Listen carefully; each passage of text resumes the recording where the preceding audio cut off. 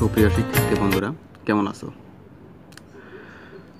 Online ক্লাসের ধারাবাহিকতায় নবম দশম শ্রেণীর উচ্চতর গণিত ঘনজ্যামিতির আজকের দ্বিতীয় পর্বে সবাইকে স্বাগত। আমি মোহাম্মদ জুবাইর হোসেন, জাফরনগর অপর্ণাচরণ উচ্চ বিদ্যালয়। তো আজকের আলোচ্য বিষয় হচ্ছে নবম দশম শ্রেণীর উচ্চতর গণিতের কোণক সম্পর্কিত। আমি গত পর্বে আলোচনা করেছিলাম আয়তাকার ঘনবস্তু এবং ঘনক নিয়ে। আজকের আলোচ্য বিষয় হচ্ছে কোণক। কোণকের প্রথমে কিছু প্রয়োজনীয় সূত্র বলে আমি আগে থেকে লিখে রেখেছি, একটু খেয়াল করতে পারো। কোণকের সমগ্র তলের ক্ষেত্রফল, আয়তন এবং হেলানো উচ্চতা, এই তিনটে সূত্র অবশ্যই জানা থাকতে হবে। আর কোণক দেখতে কেমন সেটা আমরা যদি একটু দেখি।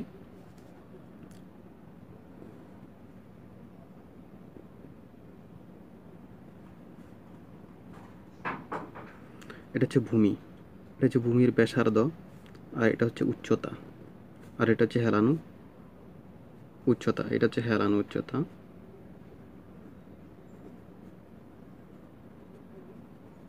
এল। এটা হচ্ছে উচ্চতা, এস। এটা হচ্ছে ভূমির ব্যাসার্ধ, ভূমির ব্যাসার্ধ, আর এই কোণকটা মূলত একটা সমকোণী ত্রিভুজ থেকে আসে।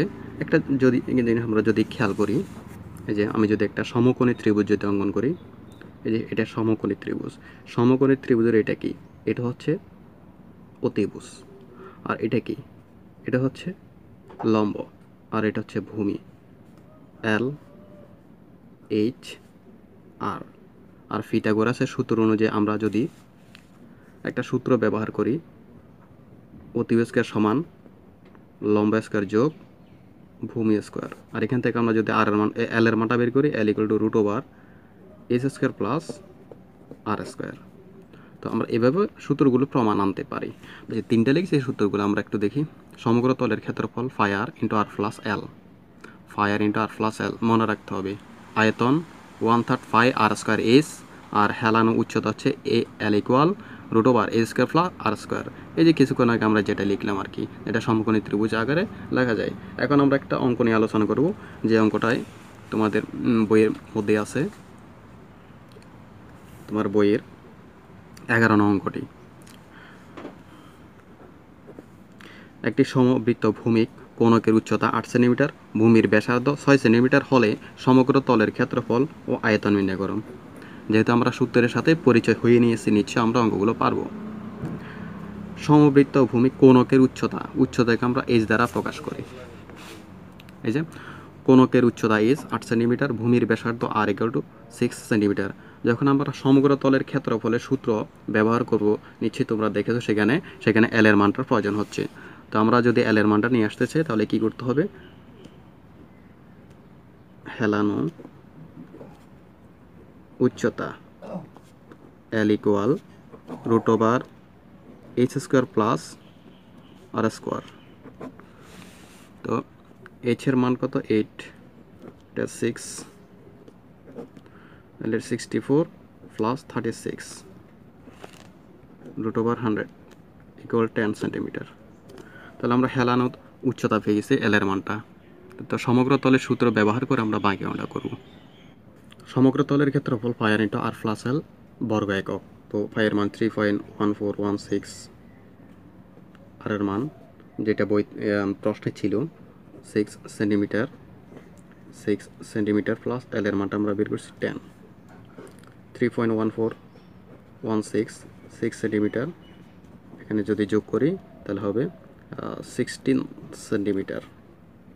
তো টোটালি যেটার গুণফল আসবে সেটা হচ্ছে 301.6 বর্গ সেন্টিমিটার।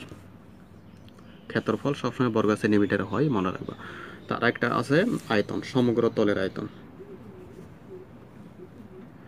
কোণকের আয়তন 1/3 pi square S 3.1416 6 whole square. H এর মান হচ্ছে 8। যেহেতু ঘন একক লিখছি, তাহলে ঘন সেন্টিমিটার হবে, একসাথে লিখিয়ে দিলাম। তো এটা টোটালি যদি আমি ক্যালকুলেশন করি, যেটা আসবে সেটা হচ্ছে 3016 সেন্টিমিটার। এটা ক্যালকুলেট হিসাব করতে পারো। প্রথমে এগুলো গুণ করবা, এগুলো গুণ করে 3 দ্বারা ভাগ, আর সেটা হবে 301.6 ঘন সেন্টিমিটার। গণিত ঘন জ্যামিতির তৃতীয় পর্বে সবাইকে স্বাগতম। এখন আরেকটা প্রশ্ন দেখতে পারো, সেটা হচ্ছে একটি সমবৃত্ত ভূমি কোণকের উচ্চতা 24 সেন্টিমিটার, আয়তন 1232 ঘন সেন্টিমিটার, এর হেলানো উচ্চতা কত? একটা জিনিস খেয়াল করবা, এখানে দেওয়া আছে কোণকের উচ্চতা এবং আয়তন। তো কোণকের উচ্চতা এবং আয়তন যেহেতু দেওয়া আছে, আমাদেরকে বের করতে হবে হেলানো উচ্চতা। মনে আছে তো, হেলানো উচ্চতা কিন্তু এল ছিল। আমি তো কোণকটা যদি এখানে অঙ্কন করি, সমকোণী ত্রিভুজ ধরিলাম, এটা কোণক, এই যে হেলানো উচ্চতা এল ছিল, এটাই ছিল, দেওয়া আছে উচ্চতা। তো কি দেওয়া নাই? আর এর মান দেওয়া নাই, কিন্তু আর এর মান দেওয়া নাই, এল এর মানও বের করতে হবে। তাই এই ক্ষেত্রে কি কাজটা করতে হবে? হ্যাঁ, এই ধরনের অঙ্কে আয়তন, কখনো ক্ষেত্রফল দেওয়া থাকতে পারে, তাহলে সেক্ষেত্রে তোমরা সেই সূত্র দিয়েই শুরু করতে হবে। এখানে আয়তন আছে, তাহলে আয়তনের সূত্র দিয়ে আমরা শুরু করব। তো আয়তনের সূত্র কি নিশ্চয়ই জানো? কোণকের আয়তন সূত্র হচ্ছে 1/3 phi r square h। তো আমরা সেটাই ব্যবহার করি। এই যে কোণকের আয়তন 1/3 phi r square h, যার মান ছিল 1232। তো এটা হচ্ছে আয়তনের সূত্র, আর এটা হচ্ছে সেই আয়তনের মান, নিশ্চয়ই পরস্পর সমান হবে। এখন মানগুলো বসিয়ে দিই। 1/3 3.1416 আর স্কোয়ার, যেহেতু উচ্চতা দেওয়া ছিল 24। আমাদের দরকার কিসের মান? আর এর মান। তো আর এর মানের উদ্দেশ্যে আমাদেরকে কাজ করতে হবে। তো একসাথেই যদি আমরা কাজটা করেই ফেলি, তাহলে দেখো আর স্কোয়ার রেখে দিলাম, তো এটা উপরে থাকবে 1232। খেয়াল করো, এটা নিচে ছিল, তাহলে এটা উপরে উঠে যাবে। বাঘটাকে যেহেতু আমরা গুণে দিয়েছি, তাহলে এই যে গুণের সম্পর্ক, এগুলো চলে যাবে হরে, 3.1416 × 24। তো টোটালি আমরা যদি ক্যালকুলেটর ব্যবহার করে যদি কাজটা করেই ফেলি, তাহলে সহজ হবে। তাহলে সেখানে আসবে 49.0196 এরকমটি আসবে বর্গ সেন্টিমিটার। তো আর ইকুয়াল রুট ওভার দিতে হবে 49.0196। তো এটা যদি ক্যালকুলেশন করি, তাহলে আমাদের বের হবে 7.001 সেন্টিমিটার। এই যে এই এককটা পরে দিলে চলবে, এখন না দিলেও হবে। শেষে কি এখানে আসি, সেই এককটা ব্যবহার করলে হবে। এখন আমাদের কিসের মান দরকার? হেলানো উচ্চতা। হেলানো উচ্চতার মান আমরা ইজিলি পেয়ে যাব।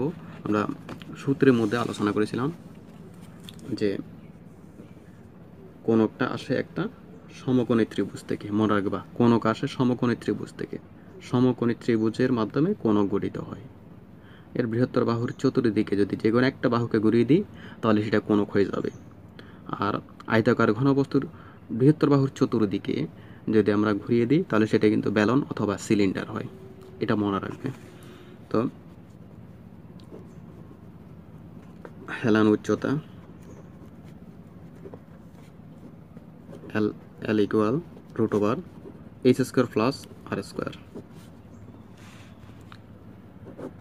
h এর মান কত? h এর মানটা ছিল 24 প্লাস আর এর মানটা 7.001। আমরা যদি রুটের ভিতরে রিটার বড় করি, বর্গের যোগফল যা হয় আমি সেটাই লিখতেছি, তোমরা করবা। 625.014 আমি যদি বর্গমূল করে দিই 25.003 সেন্টিমিটার।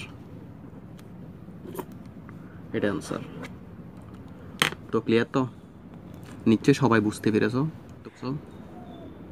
13 নং অঙ্কটি আজকে। এখন দেখো, কোনো সমকোণী ত্রিভুজের দুটি বাহুর দৈর্ঘ্য 5 সেন্টিমিটার 3.5 সেন্টিমিটার আর একে বৃহত্তর বাহুর চতুর্দিকে ঘোরালে যে ঘনফল উৎপন্ন হয় তাহার আয়তন নির্ণয় করো। আমি আগেই বলেছি, ত্রিভুজটিকে যদি বৃহৎ চতুর্দিকে যদি একবার ঘোরানো হয় তাহলে সেটা কি উৎপন্ন হবে? এটা একটা কোণক উৎপন্ন হবে। একটু খেয়াল করবো, আমি আবার দেখাচ্ছি। এই যে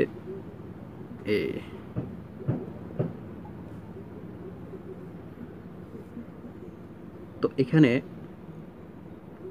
যে কোনো একটা বাহুকে, অর্থাৎ এই ত্রিভুজটাকে, এটা যদি স্থির রেখে এটাকে যদি ঘুরিয়ে দিই তখন সেটা ভূমিতে এই ধর একটা বৃত্তাকার সৃষ্টি হবে।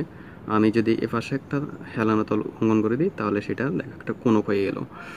তো এইভাবে মূলত সমকোণী ত্রিভুজটাকে যদি বৃহত্তর বাহু চতুর্দিকে ঘুরানো হয় তাহলে সেটা কোণক হয়ে যাবে। তাহলে এখানে আমি লিখিয়ে রেখেছি, ত্রিভুজটিকে বৃহত্তর বাহুর চতুর্দিকে একবার ভূমি কোণক উৎপন্ন হয়। তো যার ব্যাসার্ধ কি ধরতে হবে? এটা হচ্ছে বৃহত্তম বাহু। তাহলে এখন আয়তন নির্ণয় করতে বলছে, নিচে আয়তনের সূত্র পারো। তো আয়তনের সূত্রটা দিয়ে দাও। কোণকের আয়তনের সূত্র, কোণকের আয়তন 1/3 r স্কয়ার s, ঘন সেন্টিমিটার। তো এটা মান বসানোর আগে না দিলে হবে, এটা ঘন দিতে হবে। আর মান বসানোর পরেই যে এককটা ছিল ওই একক ব্যবহার করতে হবে। 1/3 3.1416। আর এর মান 3.5 স্কোয়ার আছে h5। তো এটা টোটালি গুণ করতে হবে। গুণ করে যদি 3 দ্বারা ভাগ দিই, গুণ করে 3 দ্বারা ভাগ, এই অংশগুলোকে গুণ করতে হবে। গুণ করে 3 দ্বারা ভাগ দিতে হবে। ভাগ দেওয়ার পর আসবে 64.14 ঘন সেন্টিমিটার। এটা অ্যান্সার। তো ধন্যবাদ সবাইকে পুরো ভিডিওটা দেখার জন্য। তো আগামী পর্বে আমি গোলক নিয়ে আলোচনা করব, তারপর হচ্ছে প্রিজম, পিরামিড, তারপরে ক্যাপসুল, এগুলোর কিছু অঙ্ক আছে। তো এই অধ্যায়ে আশা করি সকল পর্ব তোমরা দেখবে। তো আশা করি কোনো সমস্যা হবে না। ধন্যবাদ সবাইকে।